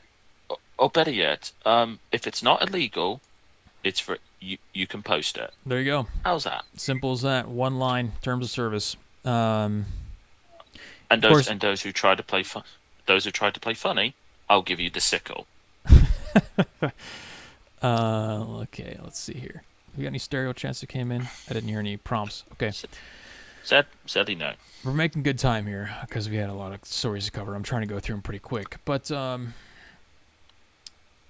yeah, I mean, I don't even have any of the Cuomo stuff on here. We all know that Cuomo got finally caved into the pressure there. They ended up axing him. And I think we're actually might be seeing a page turn on the Biden thing in general. The way that the media is turning on him and the way that it seems like there's a lot of infighting with Kamala and Biden. If you pay attention, if you really pay attention to this stuff and you're following certain accounts on Twitter that have kind of the inside perspective, you know that like Kamala was really mad about all this stuff. Biden was trying to be a little bratty towards her when she was trying to ask him a question at a conference and he ignored her. Like there's some conflict going on there and the media's turning on Biden. This may be Biden's fault. Maybe this is the out that everyone's going to take to finally say Biden needs to go and get Kamala in. Maybe. Nah, I don't buy it. I don't buy it. You think? Well, I don't buy it at all. So you think there's an organic threshold that has been passed.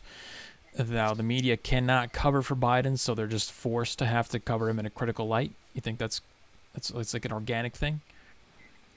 No, they made that bet and then they're forced to lie in it because ultimately the moment they stop is an admission that they were wrong and Trump was correct. Mm-hmm. So it's purely ideologically driven. Yeah. And this is why I'm trying to explain to somebody, if someone is completely ideologically driven in their goals, it's very easy to control them and push them into something which they, ironically enough, which is very easy to push people into these corners. Much like a cat with the laser. Okay? The laser pointer is you controlling and the cat's the ideology. How easy is it to control a cat if you have a laser pointer? Just saying. Point made, yeah. Matt in YouTube chat says at this point, illegal can mean anything, and maybe say illegal 10 years ago. So yeah, I mean, even if you try to simplify the terms of service to something like that, it's still highly interpretable, I would say. All right, let's see, what's my next story here? Ooh. Finding a stereo. Speaking of e-waste, let's go over a story about how e-waste is polluting the environment and our bodies, which I think is fascinating because the same crew that's trying to go green and go natural and go organic is completely ignoring the economic effects of farming and disposing of these materials. Osis in stereo. Yeah, I've been theorizing this, that Biden might have been the sacrificial lamb all along. Mm-hmm.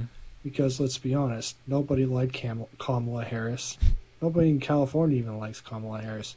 But they needed someone that had the plausibility of defeating Trump. And none of these other newer Democrats had that.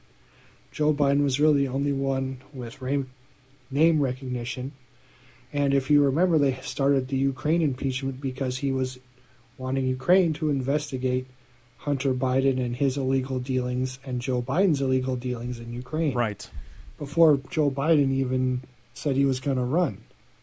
So that leads me to believe that they intended Biden to run, and they intended him to fail, and he was meant to be sacrificed on the altar. Mm-hmm.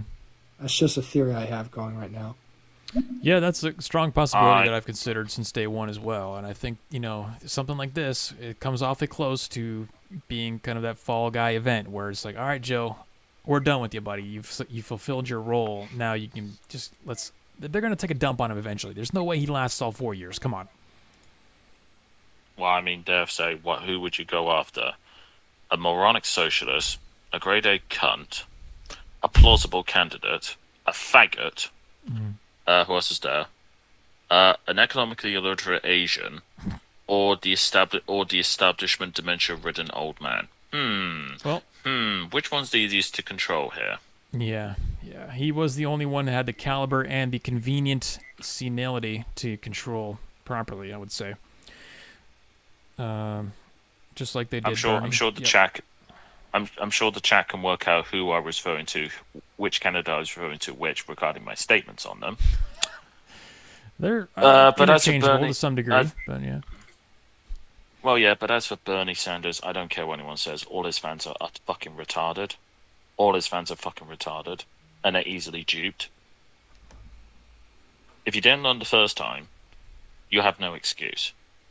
This whole saying of fool me once, shame on you, fool on twice, shame on me. No, fool you once, shame on you. Fool you twice, you deserve no. You're getting curb stomped. Sorry. I like the curb stomp policy. The funniest thing was the fact that they still kind of followed along with the Democrats, and they didn't see anything wrong with the fact that he got scammed twice by his own party. That was hilarious. I definitely enjoyed watching that and the cognitive dissonance that resulted as that unfolded. Well, I even said this back in 2015. Bernie Sanders is a baby back bitch, and all his fans are baby back bitches. And you don't respect them. You don't give them any respect. You treat them as a bitch. Whack them and put them in their place. Mm-hmm. That's all they're good for. Like little children, basically. No, not just Bill Pratt's, just grade A skets and cunts. You're just there to be fucked and dumped. Fuck them and chuck them, as they say. That's all you're there for. Nothing else.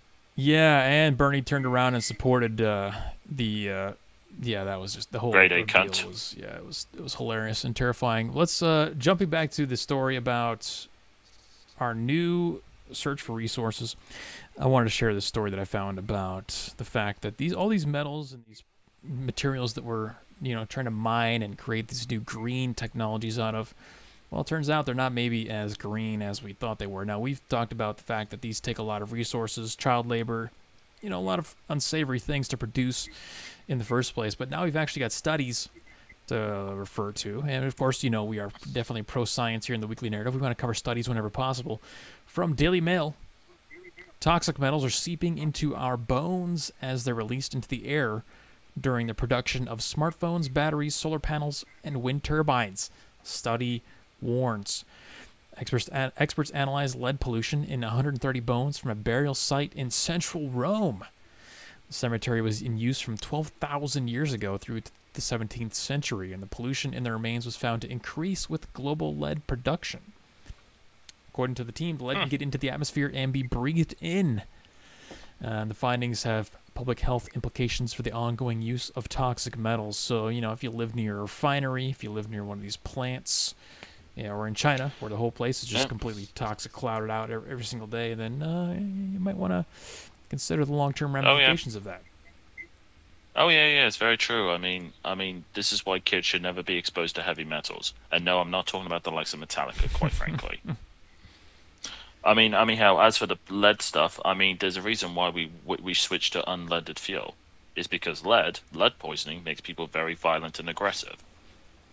But people forget that. One of the things I like about the lead and, lead pipes and the lead paint and all that good stuff, and asbestos, and kind of the retroactive understanding that materials we use aren't as good or safe as we thought they were. We're definitely in a situation like that now with all this green stuff where it's just a roll of the dice. Which one of these materials is going to be the one that when we look back on it, it's going to be that situation where, like, oh my God, they actually use that in their products? Like, they actually made solar panels out of that? They made batteries out of that? Jesus, how stupid were they? We're just but a certain time space away from finding that out. Well, hey, I know just with my engineering background, pretty much anyone who was affected by asbestos, they're either dead or nearly dead. Mm-hmm. That's the fact about it. Asbestos, believe it or not, do you know what it was main use was outside of like construction? No. Clutches for cars. Do you know why? No. Because it's a great material that resists heat. Okay. Like an insulator? And yeah, it's great. Yeah, it was great for clutches, considering the application of a clutch in the automotive sector. They ended up moving away from it because of how much of a dangerous material it is. Interesting. Well, fun fact, we kind of live in an era, and I forgot what the term for this phenomena was, but there's definitely a term to describe this in chat. Let me know if you know what I'm talking about here, where we think like we've reached the end, like we know everything there is to know, we understand all of the truths and realities that are out there to discover, we know what's going on, we know what we're doing, and we look back at the past and we think to them, oh, they were so stupid back then, they had no idea what they were doing, they were trying to put asbestos in their houses and drink out of lead cups, like somebody mentioned in chat. But there's a phenomenon where we always think we're the ones, like where we have arrived at a state of enlightenment. We know what's going on. It's definitely ignorance to some degree, but you got to question, or at least be aware. If you're in a higher state of awareness, I think it's natural to question. Maybe there's something going on right now, but it's just a matter of what it is exactly. And I definitely ask myself that from time to time. Well, Mercury too, good example. Yeah, Mercury's a great example. You don't want to have any of your kids anywhere near the exposure of mercury. That will fuck them up, medically speaking. Forget like a bad flu seasons. Mercury will royally fuck up your kids, and you have to pack up and leave. Mm-hmm. But I see people mention brake dust. That's very common with carbon brakes. You just see dust just come off it, and you don't want to be anywhere near that shit. But ultimately, these types of materials, basically, it's a classic case of like, well, we went with it and it did a job. However, because of the fallout of the health aspects, we end up developing something else to replace it. Right. Like I said, asbestos was used. Like, if you go to a church, especially a proper old church, very common in my country. I'm not sure if it's going to be the case in the United States. But the roofs are covered in asbestos, and you have to hire special teams to get rid of it. And the first thing they do is when they're dealing with church roofs, they have to soak it all the asbestos with water, because they don't want it coming out as dust and getting freaking everywhere. This is why I try to apply the principle of refusing early adoption of anything, whether it's technology, software, tools, cars, you name it. Early adoption of anything seems to always be, just general trends of even during my lifetime, I can see where that is a massive failure across all things. Just because we find something that works for particular use, our short-sightedness and our need for profit, short-term, fulfilling short-term needs, things like that, will lead us to advocate for something that is brand new, fresh, untested. You may see where I'm going with this. Do you guys see where I'm going with this? Yeah, you know what I'm talking about. Some things like medical products, maybe, that are forced upon people. You see how this has come full circle now? So we may be looking at a situation where, you see commercials in 50 years. Did you or a loved one take the COVID-19 vaccine? You may be entitled to compensation. Something like that. So. I can't wait. I can't wait for those ads. I cannot wait for those ads in 20, 30 years' time. I sort of laughed hearing about the PPI claims regarding bank loans. I can't wait for this. I can't wait for this when we become pensioners. I cannot wait for this because, my God, could you imagine the amount of lawsuits if the law was changed? It's coming. Could you imagine the lawsuits? But on that point about early adoption, the only technological advancement materials I would use as a quote-unquote debunk to you, Jeremy, is the material carbon fiber. Since it was developed in aerospace, that material is incredible and we need more of it in society. Not saying we should build houses out of it, although this is a material that's incredibly strong, incredibly light, and very highly flexible and useful. You could make almost anything out of it. So this is just don't put it anywhere near heat. Yeah, it's a principle of risk management. We look at things like carbon fiber, and we can acknowledge that there are some successes in early adoption and early technologies and brand new cutting edge stuff, but a lot of times there's a lot of risk associated with those, and there's probably more failures and more risks introduced than there are successes. So, like all things, unlike the leftists, we are not absolutists here. We're not totally black and white thinking. We can acknowledge that some things that were early adopted are good, but in general, we could say it's probably a net added risk, and I apply that across the board to video games, technology, hardware, and vaccines as well. So always, it's better to be, as the saying goes, this is the problem when you're first to something.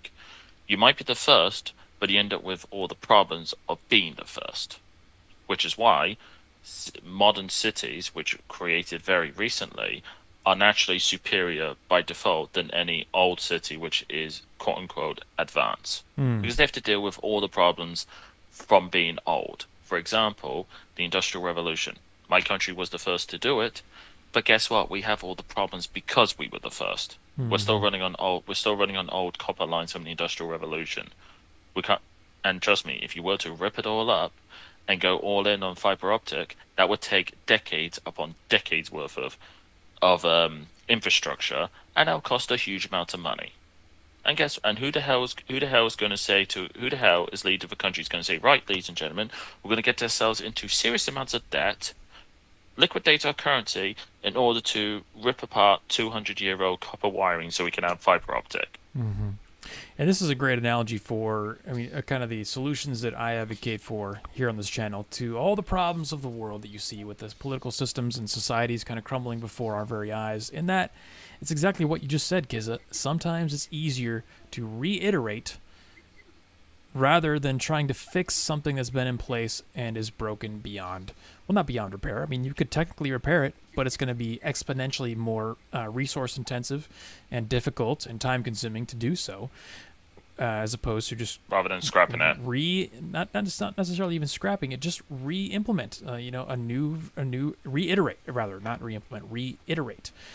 a new version of it. You can create a new one somewhere else, and this is what we talk about when we're talking about parallel societies and parallel systems, and the fact that we need to decentralize, leave cities that are obviously not working for humans, and recreate them. You don't have to spend your entire life dedicated to trying to vote the right guy in who might just put the right policies in that might fix 5% of the problems.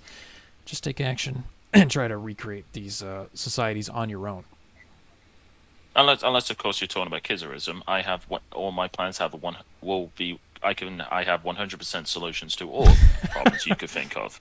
And if I by some miracle I don't have it, remember Rule 35 of the internet. Just wait a while and I'll have a solution. You may not like it, but it'll do the job. Because remember, I'm an engineer, not a politician. Yeah, the society that we have, as Zen points out in the YouTube chat right now, really what we've got right now is a result of Band-Aids upon Band-Aids upon Band-Aids. And just like in Afghanistan, where you tried to implement fake systems and Band-Aids upon Band-Aids, I gave the analogy of a rubber band where you can only stretch it so much. Eventually, literally sometimes overnight, like in the case of, Afghanistan and Kabul, it'll snap back. All that tension will release and you'll get back to homeostasis, natural state, just literally overnight. So, the Band-Aids are only going to work for so long until you get a collapse, and I think that would be my moral for those looking for direction in modern society and trying to control it. All this wokeism, all this stuff, they're trying to impose wokeism on these other cultures in Afghanistan and stuff like that. You can see how fake it really is now, and that gives me hope. The Afghanistan thing, despite how despairing it is to see the imagery and the failure and the incompetence, it gives me hope, because all the might and power of America, we could not even accomplish, converting one Stone Age country back to modernity, or at least our version of it. And that gives someone like me who wants to start parallel societies a lot of hope, because guess what? They're so incompetent, and they can't resist, again, natural law, nature, God, the truth, whatever you want to call it. That is out there, and you can never lie it out of existence. You can never negotiate it out of existence. You can't regulate it out of existence. It will always exist, and all we need to do is simply reach out and grab it and build off of it. And you require very strong borders for that to happen. Or just live somewhere that nobody wants to go, like Afghanistan, or somewhere really cold. Afghanistan has no borders. Say on the Afghanistan part, it does kind of remind me of the meme, "Return to Monkey." Yeah, no, that's pretty much what it is, and it's hard to argue that returning, even though you're technologically, falling backwards, is it really a bad thing? Is that a bad thing? You got to wonder, okay? Don't always assume that all these technological advancements and progressiveness is all inherently a good thing. And that's another thing that is being challenged right now with what we're seeing on the global playing field. So, absolutely. And waiting for the snapback. There you go, Anthony. That's all you got to do, man. We just got to survive until the snapback happens. And then people ask me, well, why don't you want to fight back? Why don't you want to storm the Capitol, Patriots, and all this kind of stuff? Like, dude, you don't understand. The rubber band is almost at capacity, okay? It's going to snap real soon, and all we have to do is survive. It's just accelerator. And thrive and maintain our values through that. And then guess what? Literally overnight, like they did in Afghanistan, we can just take the whole thing back and reinstate order, reinstate truth, reinstate natural law. Well, natural law. I love people when they say that. Or as I say to people, you could embrace law of the jungle, but just be willing to admit to being a victim of law of the jungle. Yeah, because it cares for no one. I think that I meant to say meritocracy. I think natural law obviously can't exist in a state where we have this amount of law and law enforcement and things like that. We're not in a true state of Mad Max, which is what natural law would be, but we would be returned to a state of meritocracy, which is natural. Yeah, I mean, I've had this argument with so-called natural law anarchists, and they are so ignorant about the reality of a Mad Max society. Mm-hmm. It's pure law of the jungle. Yeah. No matter how much you try and deny it, it's pure law of the jungle. Yeah. Kill or be killed. Yep. Your NAPs are worthless here. Yeah. It's kill or be killed. Yeah, nobody cares about your non-aggression principle. You know, if you have a box of food in your house, the next door neighbor who's got more guns than you is going to come and take that. And I got to admit, sometimes I fantasize about a Mad Max scenario, but it's not ideal. Obviously, I might go down with the ship in a scenario like that. I'm not, assuming that I would be the king of the hill or anything, but that's how appealing meritocracy is. When you're starved for meritocracy, you fantasize about Mad Max. Well, I wouldn't say it's meritocracy per se, because that places like the Mad Max civilization, I would argue, is a classic example of unnatural hierarchies versus natural hierarchies. In that sense. But as I've had this argument with ANCOMs and ANCAPs, if what they say is honestly true, dump them in the outback in Australia and see what happens. Yeah, I think that'd be a good test. I mean, if they truly believe what they say, put them in the outback, a place where it has no civilization, and see what happens. Come back in 10 years and they'll have high-speed rail and fiber internet and, flowing water. I'm sure. Definitely. Right? Yeah. All right, guys. This says I'm going to wrap it up. Kissa, you got anything you want to... closing remarks? Not much. If you the answer to all problems is always Kisserism. And if anyone has any comments in the chat, put any comments on after this live stream's done, and post any questions, and I'll gladly get back to you to the answers. Yeah. And also remember, ladies and gentlemen, if there is a problem and no one's wanting to solve it, just accelerate that problem to the point where it cannot be ignored. I like that strategy as well. Guys, if you like the content, you want to get more alt-centrism in your life, we have a podcast. This is recorded and sent to podcast format on iTunes, Stitcher, and Google. For as long as they allow us to remain on the platform, you can find us there under the name The Alt-Centrist. That's the name of our podcast there. Otherwise, we do stream live every Tuesday right here on youtube.com/weeklynarrative and stereo. So you know the drill. Thanks for dropping by. We always appreciate you guys coming by, all the participation. I think we do have one... We'll let Courtney and Paul carry us out here because we got two stereos. I don't want to ignore them. So we'll get these guys, and then we'll see you guys next week. I was always worried about accelerationism, but it seems like not only is it here, but it was always just inevitable. Mm-hmm. Just got to get through it. Exactly. Well, this goes back to my point. If there is a problem and you point it out and no one's listening, just make the problem even worse to the point where they can't ignore it. Mm-hmm. Like if someone says, sorry. No, good. I was just going to say, let's say you see I was just going to say, let's say you have a little flame on a match and say, oh, that's a fire. No one cares. But if the entire house is on fire, they're going to start caring. I think the analogy could use a little work, but I agree with the principle. All right, Paul. I just want to let you know, Kizza, engineers are the bane of my existence because I don't make cars, I work on them. And I have the fucking scars. Okay, they're not scars yet. I have the fucking tore up hands to prove it. You're right, though, Jeremy, I see so many people aligning on this independently from many directions and for different reasons. Parallel institutions, it's the only way forward. Yep. You don't fix things from the inside. You can't vote in the right policies. That's absolutely true.